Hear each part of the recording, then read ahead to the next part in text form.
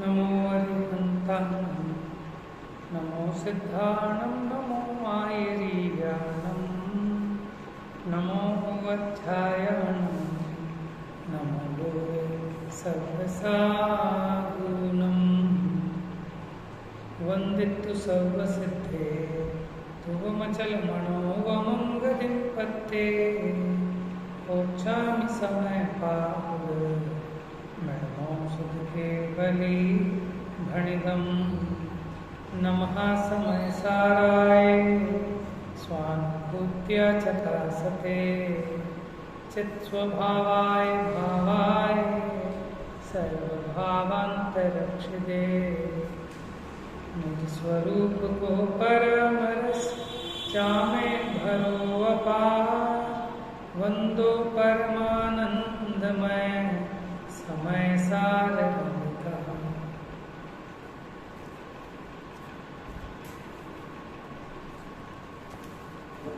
समय सार जी ग्रंथाधिराज सर्व शुद्ध ज्ञान अधिकार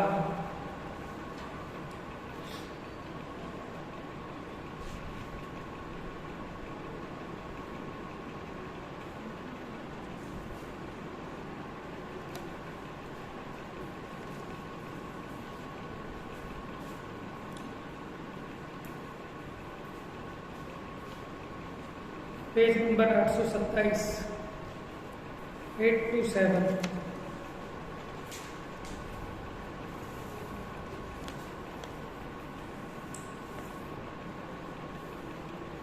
थोड़ा सा विषय को आगे बढ़ाते हैं।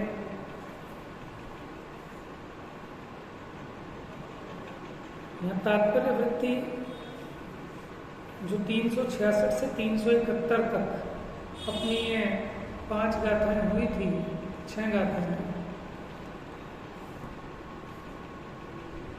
उस पर यहाँ तात्पर्य वृत्ति की टीका।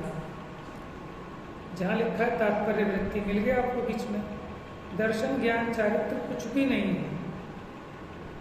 किसमें के जो पंचेंद्रिय के विषय हैं, ज्ञानावरणादि कर्म है, और ये औदारिक आदि जो 5 शरीर हैं, इसमें मेरे दर्शन ज्ञान चारित्र नहीं है। तो जिसमें मेरे दर्शन ज्ञान चारित्र नहीं है, ठीक है, तो उसमें और मेरे में अत्यंता भाव है। भिन्न भिन्न द्रव्य हैं, मैं उसको नहीं भोग सकता, वो मुझे नहीं भोग सकता। कैसे हैं वे? सभी अचेतन हैं। फिर चेतन आत्मा उन जड़ रूप विषयों को, कर्मों को और शरीरों में किसी का घात नहीं कर सकता, और वो भी मेरा कुछ नहीं कर सकते। तो मेरा राग द्वेष, ठीक है, शब्दादि पंचेंद्रिय विषयों की अभिलाषा रूप, ज्ञानावरणादि द्रव्य कर्म बंध कारण रूप और शरीरों के ममत्व रूप जो ये मिथ्यात्व रागादि परिणाम मन में रहता है, उसका नाश करना कर्तव्य है। माने 5 इंद्रिय के विषयों का आप नाश नहीं कर सकते, कर्मों का आप नाश नहीं कर सकते, ये जड़ शरीर का आप नाश नहीं कर सकते। फिर किसका नाश कर सकते हो? अपने भीतर जो मिथ्यात्व रूप वासना है, उसका आप नाश कर सकते हो। कैसी है वो मिथ्यात्व दशा? शब्द आदि पंचेंद्रिय विषयों की अभिलाषा। 5 इंद्रिय के विषयों को नहीं नष्ट करना, उनकी अभिलाषा को छोड़ना है। अब ये जीव अभिलाषा तो नहीं छोड़ता, 5 इंद्रिय के विषय छोड़ने की कोशिश करता है। अभिलाषा छोड़े तो वो विषय भी छूटे, लेकिन अभिलाषा छोड़ना वो तेरा कर्तव्य है। 5 इंद्रिय के विषय वो पौद्गलिक है, उद्गल उनका करता है, ये जीव उनका करता नहीं। ये तो अपने राग भाव को छोड़ता है, तो बाहर में वो भी छूट जाते हैं। ज्ञानावरणादि द्रव्य कर्म बंध कारण रूप, माने जो ज्ञानावरणादि कर्मों को नहीं, ज्ञानावरणादि कर्मों के बंध का जो कारण है अपना ये मोह राग द्वेष भाव, और शरीरों के ममत्व रूप शरीर का घात नहीं करना, शरीर के प्रति जो ममत्व है उसका नाश करना है, उसे मिथ्यात्व कहते हैं। तो ये मिथ्यात्व रागादि परिणाम मन में रहता है। कहाँ रहता है? अब आप कहोगे मन तो पुद्गल है, कि मन पुद्गल नहीं है, वो तो द्रव्य मन है पुद्गल। लेकिन ये जीव का जो भाव मन है, अभी जो सैनी पंचेंद्रिय पने का इसको जो क्षोभम ज्ञान वर्तता है उसको भाव मन कहते हैं। माने मन के माध्यम से प्रवर्तने वाला ये जीव का जो भी क्षयोक्षमिक ज्ञान है उसको कहते हैं मन भाव। तो उस परिणाम का जो परिणाम गूंज रही है, चलो अब सुनना।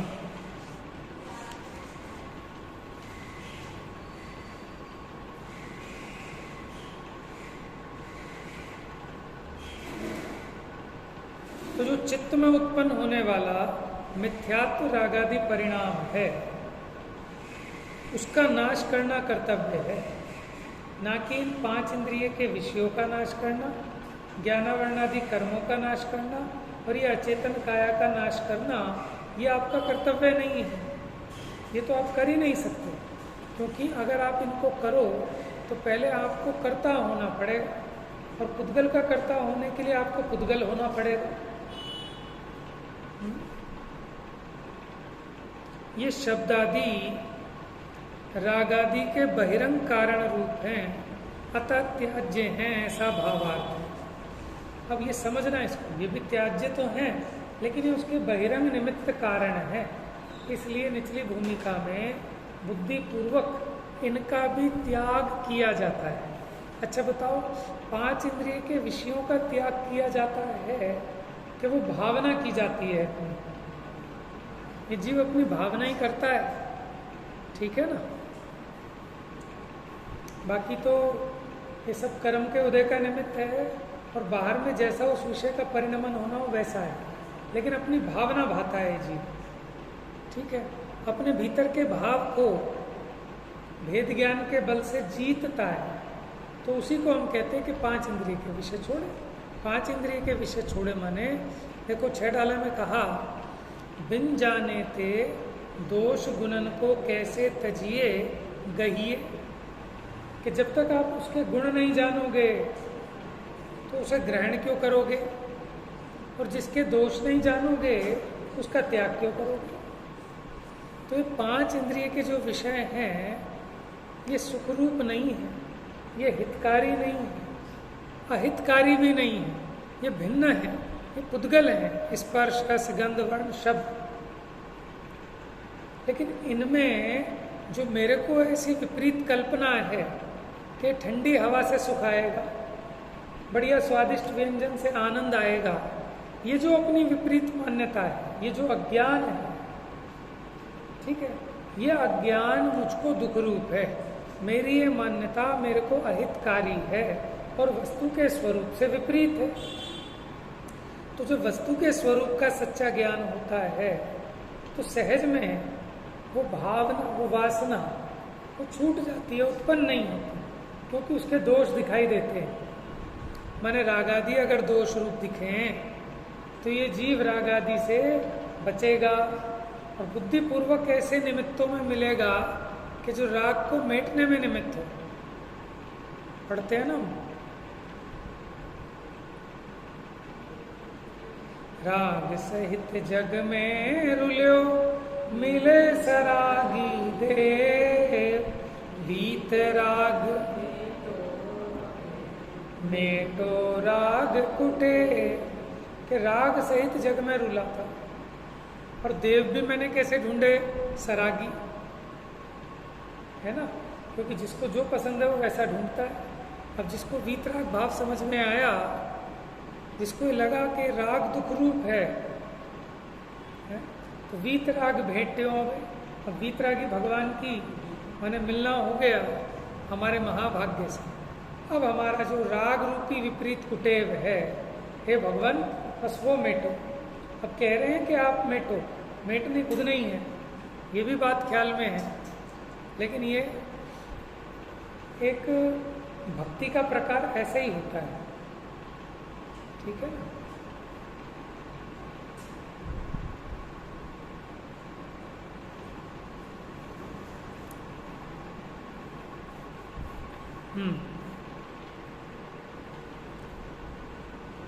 तो इसलिए वे शब्दादि रागादि के बहिरंग कारण रूप हैं, अतः त्याज्य हैं।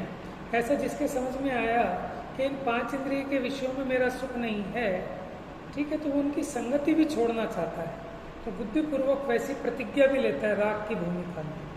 लेकिन भीतर में श्रद्धान है कि परद्रव्य का न तो ग्रहण संभव न त्याग संभव, लेकिन अपनी उस वासना को रोकने का उपाय करता है, क्योंकि निमित्त नैमित्तिक संबंध ऐसा ही है कि अगर हम बुद्धिपूर्वक उन विषयों का त्याग नहीं करते तो उनके प्रति जो अपनी आशा है वो मिटती नहीं है। जैसे आप रात्रि में पानी नहीं पीते लेकिन त्याग भी नहीं किया, तो उसकी आशा बनी रहती है, इसलिए त्याग नहीं करता कि कभी भाई साहब अर्जेंसी पड़ जाए, पीना पड़ जाए, तो फिर कोई दूसरा व्यक्ति अगर त्याग तो नहीं है ना, तो पी लो, फिर त्याग नहीं, तो वो जोर भी डालता है और आपका मन भी अपने आप को समझा लेता है कोई बात नहीं, त्याग तो है नहीं। तो अपनी इस कमजोरी से बचने के लिए बुद्धिपूर्वक प्रतिज्ञाबद्ध होकर त्याग किया जाता है।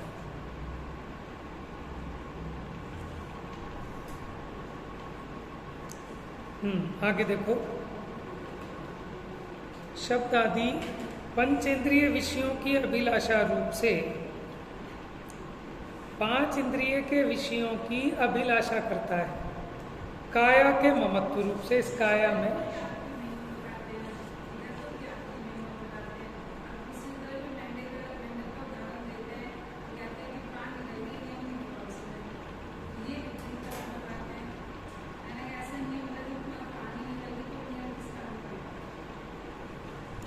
देखिए क्या कहा, प्रश्न समझना बहुत बढ़िया प्रश्न है और विचार करने योग्य है। देखिए एक ही कथा को हम उसको 10 तरीके से उसको प्रस्तुत कर सकते हैं, ठीक है। आप ही देखो उसके त्याग का फल कि साक्षात समूशरण का उसको लाभ मिला। आप ये थोड़ी ऐसा थोड़ी कह सकते हो कि जो इस जन्म में जो ये इस तरह से जो साधना कर रहा था उसी समय उसको आयु कर्म का बंध हुआ, ठीक है। प्रथमा योग की शैली स्थूल शैली होती है, जीवों को समझाने के लिए शैली है। वहाँ ये नहीं समझाना कि त्याग किया, वहाँ ये समझाना है कि उसके भाव नहीं थे, भाव पानी में लगे थे इसलिए मेंढक बना। ये थोड़ी समझाना है कि उसने त्याग किया इसलिए मेंढक बना।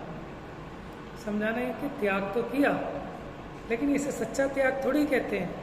परिणामों में तो पानी पानी पानी पानी चल रहा है और बाहर सामायिक में बैठा है, तो अपने परिणामों को संभालना चाहिए।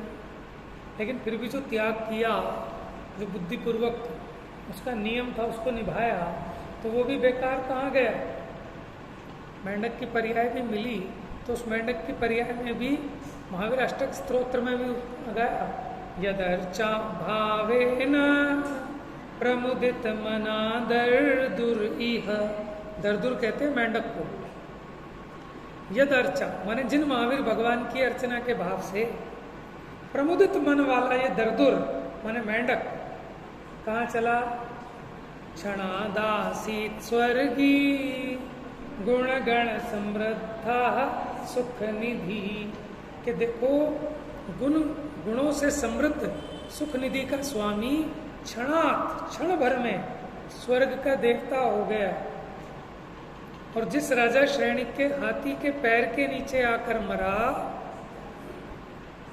उन्हें तो टाइम लगा पहुंचने में समोशरण में, और ये जो मेंढक हाथी के पांव के नीचे कुचला गया, ये पहले ही जाके विराजमान हो गया। समझ गए, अंतर मुहूर्त में जन्म लेकर वहां बैठ गया। और फिर जब श्रेणिक वहां पहुंचे तो उन्होंने पूछा कि इसके मुकुट में मेंढक का चिन्ह क्यों है। तब वो आया, वहां उसके समाधान मिला उसको, क्या आपके हाथी के पैर के नीचे दबकर मर गया, और ये अभी भक्ति की भावना से यहाँ आकर इंद्र बनाया, इंद्र के कोठे में आके विराजमान हो गया सबसे पहले। देखो प्रथमन योग की शैली ये है कि जब जिसको जैसी शिक्षा देनी हो उस प्रकार से उसका प्रस्तुतिकरण किया जाता है। कि कोई व्यक्ति बिना मतलब के जिद लेके बैठता है, सच्ची समझ है नहीं, तब उसको समझाते भैया पहले समझ तो ठीक कर, तेरी अज्ञानता के इस जिद से कुछ होने वाला नहीं। जैसे वो कौन था, नचिकेत था, कौन था नचिकेत, वो प्रतिज्ञा लेके बैठ गया क्या कि जब तक मैं ज्ञानी नहीं बन जाऊंगा तब तक मैं समुद्र से उठूंगा नहीं, और मिट्टी रेत उठा उठा के समुद्र में डालने लगा। तो इससे क्या विद्वान बन जाएगा कि नहीं साहब प्रतिज्ञा लिए तो कैसे उठ जाऊं, कि जब तक ज्ञानी नहीं बने तब तक उठियो मत। अरे तेरी प्रतिज्ञा तो सोच, तू क्या प्रतिज्ञा ले रहा है। अब कोई कहे कि मेरा आजीवन उपवास है, जब तक ये अग्नि, ठीक है, इसका गुण ठंडा नहीं हो जाएगा, जब तक सूरज पश्चिम से निकलना नहीं चालू करेगा, मेरा आमरण अनशन है। तो ये प्रतिज्ञा कैसी प्रतिज्ञा है? ये कोई प्रतिज्ञा है? प्रतिज्ञा वो होती है कि जो वस्तु स्वभाव के अनुकूल हो, आगम के आलोक में ली जाए, वो प्रतिज्ञा होती है। अब किसी ने प्रतिज्ञा ले ली कि अगर इसने मुझे दूसरी गाली दी तो इसकी गर्दन उड़ा दूंगा, ऐसा मैंने तो प्रतिज्ञा ली है भगवान की साक्षी में, अब कैसे छोड़ दूं? तो वो कोई प्रतिज्ञा है क्या? समझ में आया ना? ये सोचना कि वो तो तू जितना जल्दी छोड़ दे उतना बढ़िया है। कोई कहे ना साहब, लोग बग ले लेते हैं ना प्रतिज्ञा कैसी कैसी, कि भाई साहब जान चले जाए लेकिन इसे जान से मार कर छोड़ूंगा, ये मेरा वचन है। वो कहते देख हाथ में अनाज है, कि शाम का समय है, कि देखो हाथ में ये दीपक है और इसकी कसम खा के कह रहा हूँ, मेरी औलाद है, इसकी कसम खा के कह रहा हूँ, इसको बर्बाद नहीं कर दिया तब तक है। तो ये कोई प्रतिज्ञा है? तो अपने मन में जैसा है वैसी प्रतिज्ञा ले ली, ये कोई प्रतिज्ञा नहीं है। प्रतिज्ञा आगम के आलोक में, जैसी जिनेंद्र भगवान की आज्ञा है उनकी आज्ञा के अनुसार लेनी चाहिए, गुरु की सन्निधि में लेनी चाहिए। ठीक है, गुरु नहीं है, ठीक है, अपनी भूमिका में अभ्यास रूप होती है। ठीक है, और फिर जिस प्रतिज्ञा को लें उसके प्रति निरादर भाव नहीं आना चाहिए। उसको तो निरादर परिणाम आ गया था, कब छूटे कब छूटे कब छूटे, दीपक जलता ही जा रहा था, जलता ही जा रहा था। सामायिक में बैठ गए थे सेठ जी। तो वहां तो ये दिखाना है कि देखो परिणामों का फल मिलता है, क्रिया का फल नहीं मिलता। हाँ, तो ये समझा रहे हैं। लेकिन क्रिया और परिणाम का निमित्त नैमित्तिक संबंध है। बुद्धिपूर्वक अगर आप बाह्य वस्तु का त्याग नहीं करेंगे तो आपके परिणामों में वैसी विशुद्धता आ ही नहीं सकती। समझ में आया? देखो आप वैसे ही बैठते हो स्वाध्याय करने, और किसी दिन आप नियम लेके बैठो, सब मेरा 1 घंटे 9:45 बजे 9:45 तक मैं यहाँ से कहीं नहीं जाऊँगा, कुछ भी हो जाए कहीं नहीं हिलूँगा, और 1 घंटे मेरा सब चीज़ों का त्याग और स्वाध्याय। फिर आप देखना अपना उपयोग कैसा लगेगा। समझ में आया? क्योंकि उस संबंधी सारे विकल्प श्रवण को प्राप्त हो जाते हैं। और ये प्रतिज्ञा लेने के लिए दम चाहिए। आसान बात है, प्रतिज्ञा लेके दिखाओ, पसीने छूटते हैं। क्यों? कि अपने उस राग को जीतना बड़ा मुश्किल है। अभी लगता है नहीं भाई साहब कोई जरूरी बात पड़ गई, अभी यहाँ की छत गिर गई, भूकंप आ गया, भागूंगा नहीं क्या, सांप आ गया, छिपकली आ गई, कितनी बातें, कितना निर्ममत्व होना पड़ेगा इस जीव को। समझ में? चलो पहले अभ्यास करो कि जब तक कोई इमरजेंसी ना आ जाए तो नहीं जाओ। लेकिन इसका तो मन ही चंचल है, 2 मिनट में मन उब जाता है, पढ़ने बैठे तो नींद आने लगती है। समझ में आया?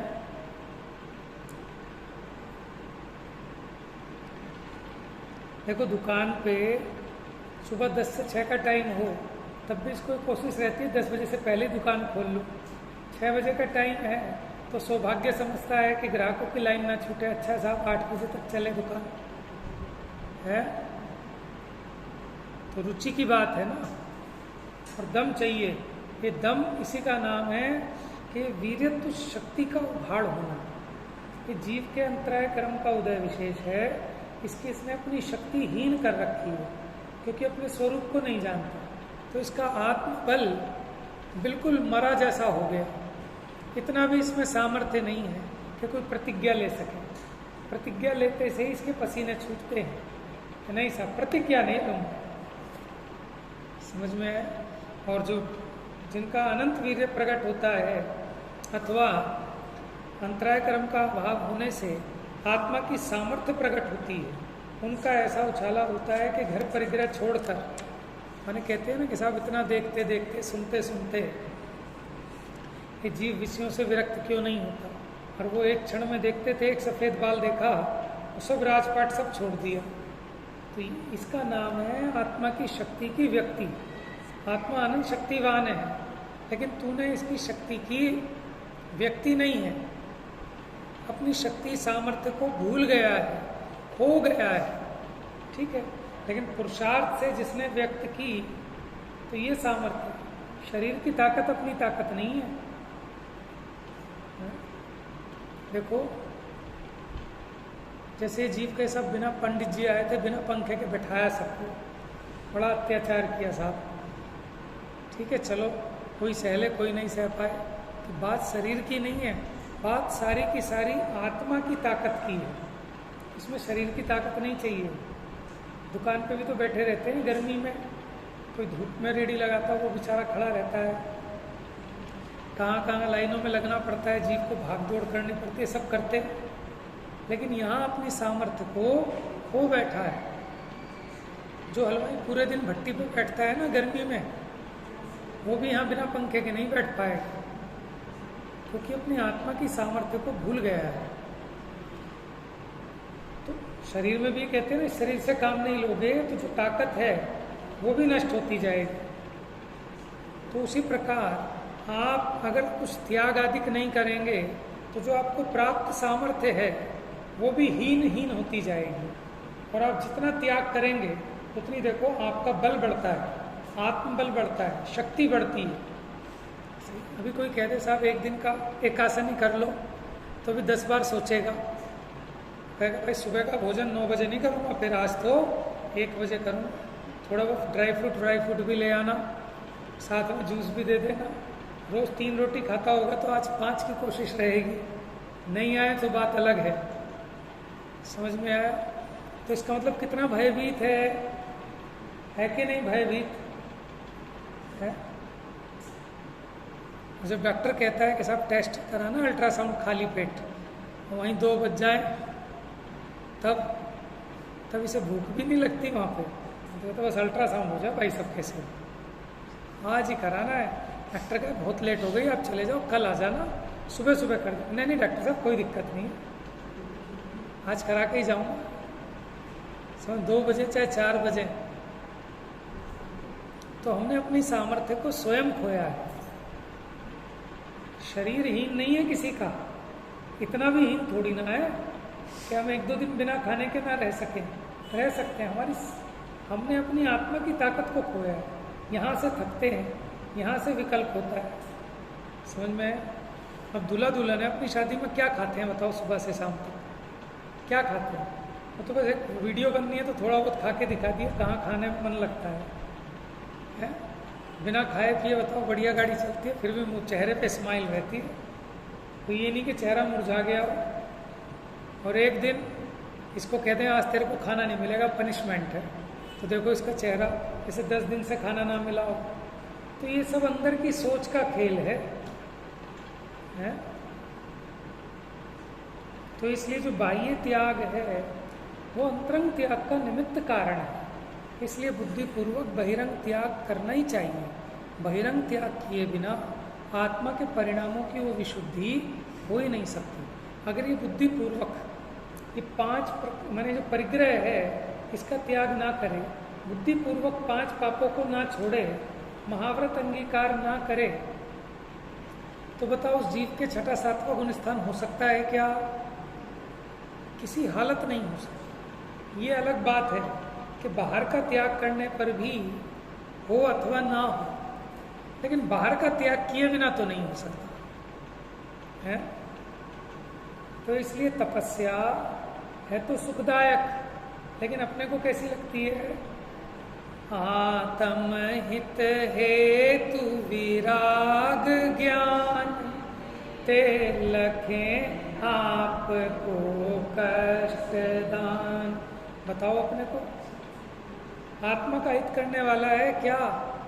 वैराग्य और ज्ञान, लेकिन ये जीव को कष्टदायक लगता है। यही तो कौन से तत्व की भूल है ये? संवर तत्व की भूल है। निर्जरा तत्व की भूल क्या? रोकी न चाह निज शक्ति खोए, निज रूप निरा। अभी चाह को नहीं रोकता, इससे अपनी शक्ति को खो रहा है। अगर ये चाह को, माने इसको चाह रोक ले, मतलब तत्व ज्ञान के बल पर सच्ची समझ पूर्वक वो चाह उत्पन्न नहीं होती।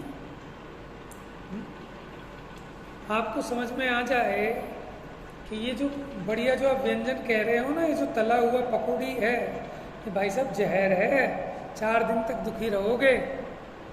जिसको ये समझ में आ जाए, अब बताओ उसके मुंह में पानी क्यों आएगा? उसको जहर दिख रहा है। और जिसको अभी उसी में आनंद दिख रहा है, तो कैसे त्याग कर पाएगा?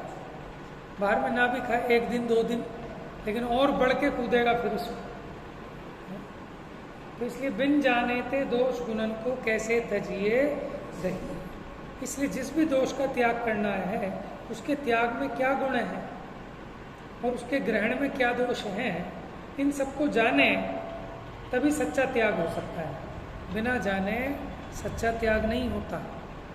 इसलिए त्याग की बहुत महिमा है, लेकिन कैसा त्याग होना चाहिए? इसलिए तत्वार्थ सूत्र में पूछा कि भैया चारित्र ही धर्म है, चारित्रम खलु धम्मो। तुम पहले सम्यक दर्शन सम्यक ज्ञान क्यों लगाते हो? पहले तो भैया इसीलिए लगाते हैं कि चारित्र धर्म तो है, लेकिन अज्ञान वाला अज्ञान पूर्वक आचरण वो धर्म नहीं हो सकता। सच्ची समझ, सच्ची श्रद्धा सहित जो आचरण है, वो मोक्ष मार्ग में चारित्र कहा गया है, वो धर्म का कारण है। तो अज्ञान पूर्वक आचरण की निवृत्ति के लिए पहले सम्यक दर्शन सम्यक ज्ञान लगाए, इसलिए सम्यक ज्ञान के बाद चारित्र लिखा। समझ में आया?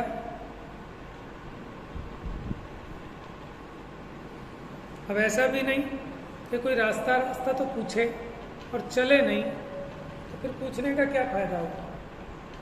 हमने पूछा, भाई साहब छोटे बाजार का रास्ता कहाँ से है? कि साहब ये सामने से सीधा जा रहा है। अच्छा, बहुत बढ़िया समझाया आपको, आप तो बहुत ज्ञानी, बहुत बढ़िया, मजा आ गया। कल फिर भाई साहब छोटे बाजार का रास्ता जाने का कहाँ से? सब ऐसा। क्या भाई साहब गजब आपने रास्ता बता दिया, मुझे तो बहुत बढ़िया, मजा आ गया। फिर तीसरे दिन कि भाई साहब छोटे बाजार जाने का रास्ता कहाँ है? तो विचारने की बात ये है कि ऐसे ही तो हम नहीं कर रहे कि रोज पूछते हैं कि आत्मा का सुख कहाँ है, क्या आत्मा दुखी क्यों है? सब गजब, मजा आ गया, बहुत बढ़िया बताया, बिल्कुल सही बताया आपने, सही कहा। अगले दिन फिर वही। तो भैया जो रास्ता पूछा तो बढ़िया तो ठीक है, लेकिन आप उस रास्ते पे जाओ ना, तब तो पूछने का लाभ है। तो दोनों बातें समझना, क्या अकेला ज्ञानी ज्ञान करे और आचरण ना करे तो उस ज्ञान का क्या लाभ? ज्ञान ही नहीं है फिर, ठीक है। पर दौड़ा चला जाए और यही ना पूछे पहले भैया जाना कहाँ है, कौन दिशा में जाना है, और बस दौड़े चला जाए, तो वो भी मूर्खता है, बिना विवेक के।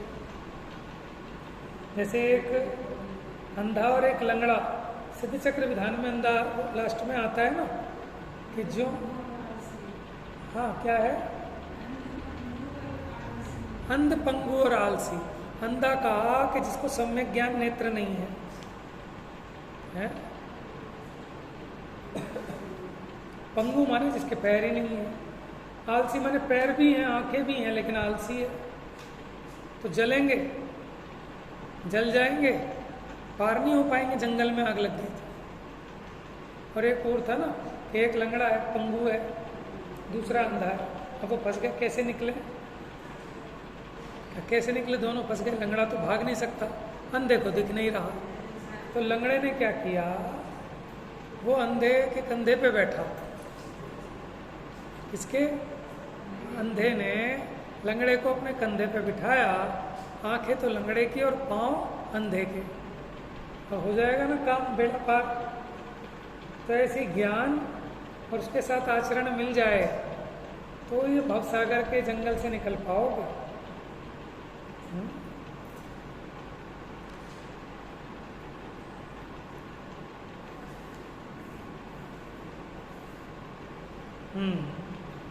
तो आपकी बात का आया ना प्रश्न का समाधान कि वहाँ तो कहते हैं इसे प्रतिज्ञा का क्या फायदा, वहाँ तो त्याग का निषेध नहीं कर रहे, अज्ञान का निषेध कर रहे हैं।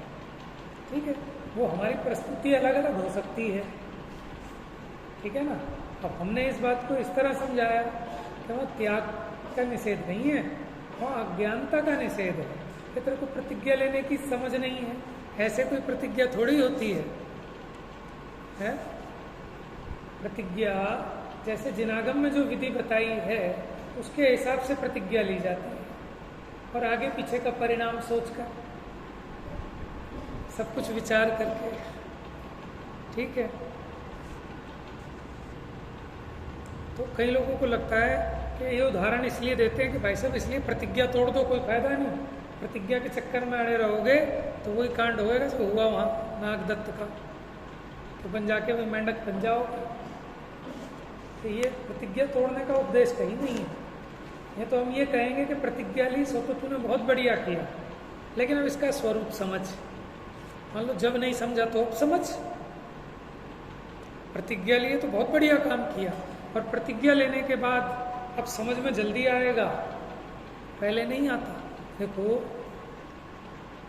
कोई व्यक्ति जिसको कुछ नहीं पता धर्म का, लेकिन उसने कपड़े वपड़े उतारे, 28 मूलगुण की प्रतिज्ञा ले ली, मुनि बन गया, लेकिन पता कुछ नहीं कि मैं कौन हूँ, पुद्गल क्या है, जीव पुद्गल क्या क्या कहानी है, जीव क्यों दुखी है, कैसे सुखी होगा।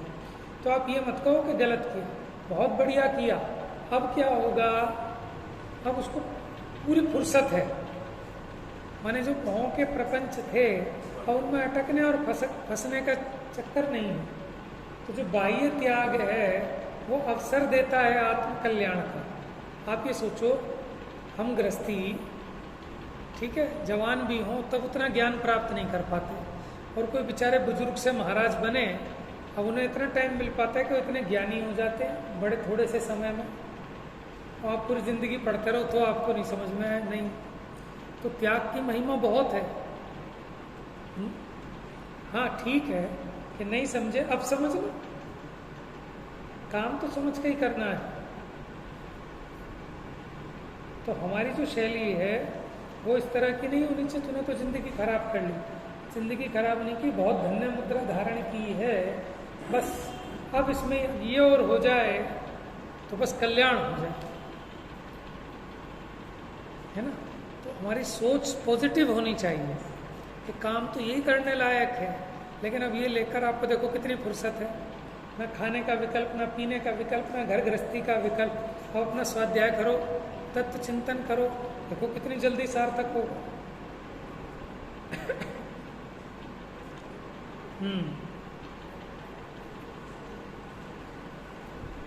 इसलिए यही कहा जाता है, क्यों कहते हैं कि गुरु जीवन में बहुत उपकारी हैं, माने गुरु के इतने गीत क्यों गाएं, क्योंकि वही तो मार्ग दिखाने वाले हैं कि कब कैसी प्रतिज्ञा लेने योग्य है, नहीं है।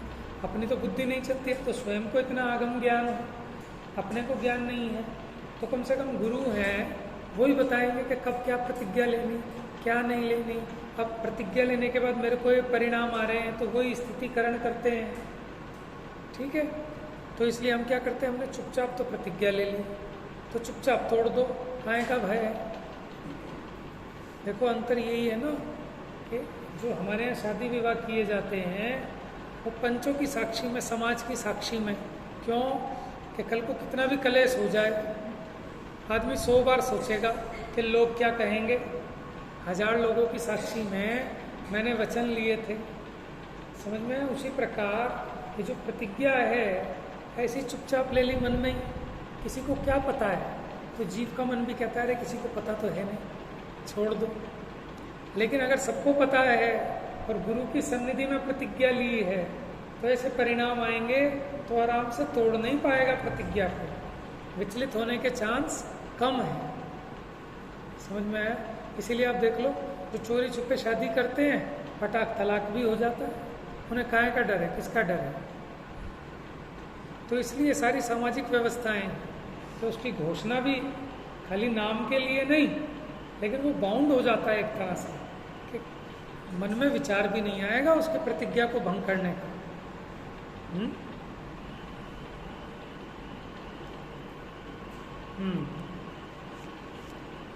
तो यहाँ कहते हैं वे शब्द आदि राग आदि के बहिरंग कारण रूप हैं, अतः त्याज्य हैं, ऐसा भावार्थ। मैंने निमित्त उपादान का योग्य ज्ञान होना ही चाहिए।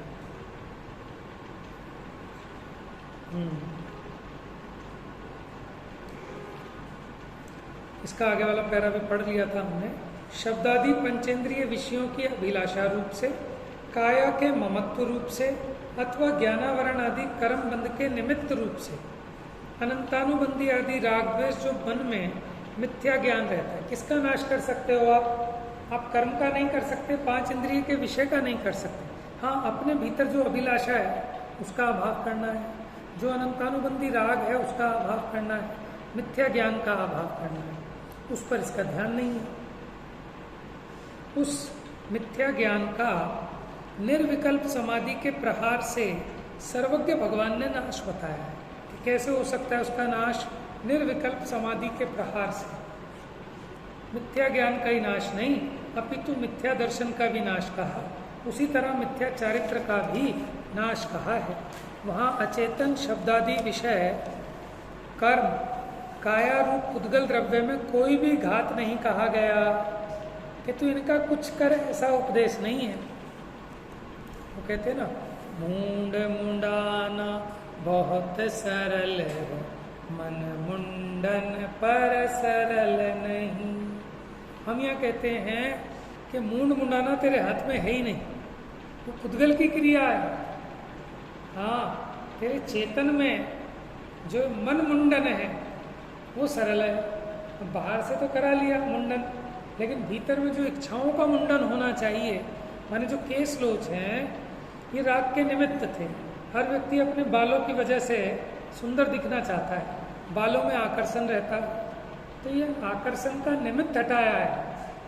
सो मानो आकर्षण हटाने माने दुनिया को मैं आकर्षित करूं, ये मोह छूट गया, समझ में आया। और फिर मुनि दशा में उसका अलग रीजन भी है कि जो ये करते हैं केशलोच, क्योंकि इसमें पराधीनता है। कौन इसे साफ करेगा, जूं पड़ जाएंगी, है नहाना वाना उनको है नहीं, 5 महाव्रत ग्रहण किए हैं, क्योंकि नहाने आदि में पानी वानी चाहिए, फिर कहाँ से लाओ, पराधीनता। पराधीनता का सब काम खत्म है, स्वाधीनता का मार्ग है, इसलिए हाथ से केशलोच करते हैं। फिर कहाँ से नाई लाएं, क्या करें, सारे पराधीनता के काम। निर्दिष्ट मैंने होता है निर्देशित, जो डायरेक्शन है, ऐसा कहा नहीं गया। जिनवाणी ये नहीं कहती कि इन इंद्रिय के विषयों का घात कर, इन कर्मों का नाश कर, इस शरीर का नाश कर। हाँ, इस शरीर के प्रति जो एकत्व है उस एकत्व भाव का नाश कर, 5 इंद्रिय के विषयों में जो अभिलाषा रूप भाव है उसका नाश कर, ज्ञानावरणादि कर्म के बंध का कारण ऐसा जो रागादि परिणाम है उसका नाश कर। अब देखो ये एक पैराग्राफ है, थोड़ा सा टाइट मामला है, टाइम 5 मिनट है, थोड़ा कठिन विषय है, पढ़ता हूँ समझ में आएगा जितना हूँ, ठीक है, नहीं कल फिर समझाते हैं। इसका स्पष्टीकरण यह है, अब इसको स्पष्टीकरण से समझा रहे हैं, उदाहरण से इस बात को। मुझे पता है बात तो आपको समझ में आ गई, लेकिन उदाहरण देख लो थोड़ा सा। जैसे घड़े के आधार से रहने वाले दीपक का नाश होने पर घड़े का नाश नहीं होता। हमने एक घड़ा है, घड़े के अंदर दीपक रखा, ठीक है, घड़े के आधार से वो दीपक रह रहा है, तो अगर दीपक का नाश हो गया तो उससे घड़े का नाश नहीं होता। वैसे ही रागादि को निमित्त जो 5 इंद्रिय विषय थे उनका नाश होने पर भी मन में रहने वाले राग का नाश नहीं होता। समझ में आया? क्योंकि इनमें जो आधार आदेश संबंध था वो उपचरित था, वो व्यवहारिक था, पारमार्थिक नहीं था। क्यों? 5 इंद्रियों के विषय हैं भिन्न और उस संबंधी जो वासना है वो है भिन्न। यद्यपि पांच इंद्रिय के विषयों में जो वासना हुई उसका बाह्य कारण वो पांच इंद्रिय के विषय कहे जाते हैं। लेकिन जैसे कोई दीपक घड़े के आधार से है तो दीपक का नाश होने पर जैसे घड़े का नाश नहीं होता, उसी प्रकार पंचेंद्रियों के विषयों का नाश होने पर पंचेंद्रियों के विषय संबंधी जो अभिलाषा है उसका नाश नहीं हो सकता, क्योंकि दोनों भिन्न द्रव्य हैं। समझ में आया?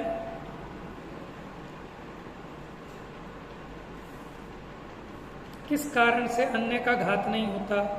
क्योंकि ऐसा होने में अति प्रसंग का दोष आता है।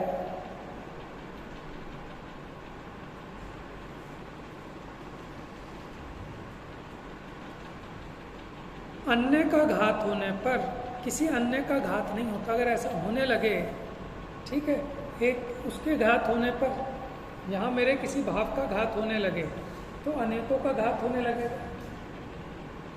मैंने एक 100 गज के प्लॉट पे 100 लोगों की निगाह थी, ठीक है, लेकिन उस 100 गज के प्लॉट को गवर्नमेंट ने अपना बोर्ड लगा दिया कि डीडीए की जमीन है। समझ में आया?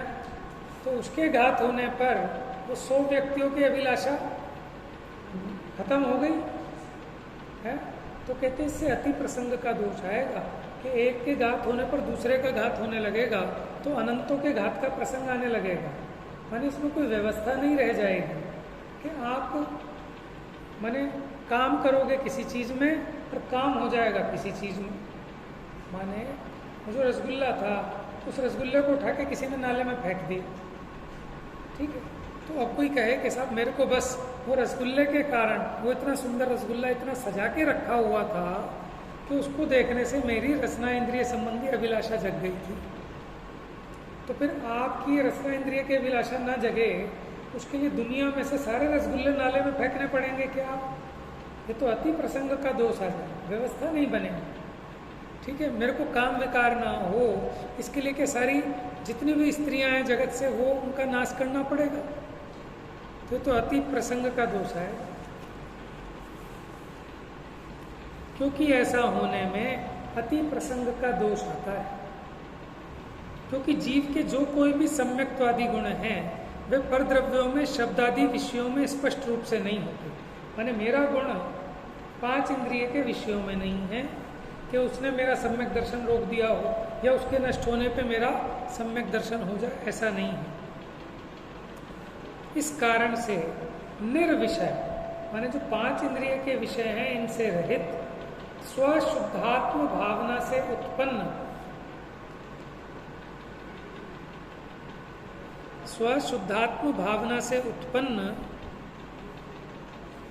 सुख से तृप्त सम्यक दृष्टि के विषयों में राग नहीं है। क्यों नहीं है राग? कि जब अपने घर में तृप्त है, मस्त है, तो बाहर जाने की माने बाहर 50 डिग्री का टेम्परेचर है, अपने घर में एसी लगा हुआ है, तो पागल है कोई छोड़ के वहाँ गर्मी में मरेगा? तो इसलिए 5 इंद्रिय के विषयों में तो जलन है।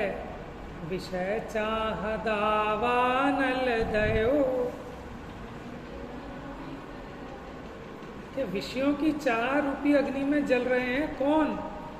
वो देव भी, उन पे तो कोई सामग्री की कमी नहीं है, लेकिन वो भी विषय की जो चाह है ना, वही आग है, उसमें झुलस रहे हैं। और जो अपने शुद्धात्मा से उत्पन्न सुख से तृप्त हैं उन सम्यक दृष्टि को विषयों में राग नहीं है, क्योंकि राग द्वेष मोह अज्ञानी जीव के परिणाम है, असुख निश्चय से उसके अभिन्न परिणाम है। इस कारण से अचेतन शब्दादि मनोज्ञ अमनोज्ञ पंचेंद्रिय विषयों में यद्यपि अज्ञानी जीव भ्रांति ज्ञान से माने मिथ्या ज्ञान से शब्दादि में रागादि कल्पित करता है कि शब्द की वजह से राग हुआ, कि बढ़िया रूप की वजह से राग हुआ, उसको ऐसा लगता है कि 5 इंद्रिय के विषयों में से राग होता है, इसलिए 5 इंद्रिय के विषयों को हटा लेंगे तो हमारे रागादि मिट जाएंगे। जबकि ऐसा है नहीं कि रागादि करने में तेरा स्वयं का अज्ञान कारण है, ठीक है, उसका भी त्याग होगा, लेकिन मान्यता तो सच्ची रख।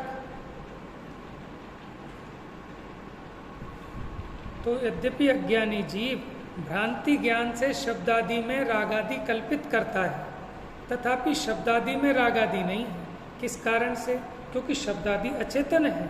इसलिए सिद्ध है कि राग द्वेष दोनों बहिरात्मा अज्ञानी के तब तक ही होते हैं जब तक मन में त्रिगुप्ति रूप स्वसंवेदन ज्ञान नहीं। परसों बताया था ना, त्रिगुप्ति तय सहज न से कोटि जन्म तप तपे ज्ञान बिन कर्म झरे जे ज्ञानी के छिन्न माहि त्रिगुप्ति ते सहज टरे थे।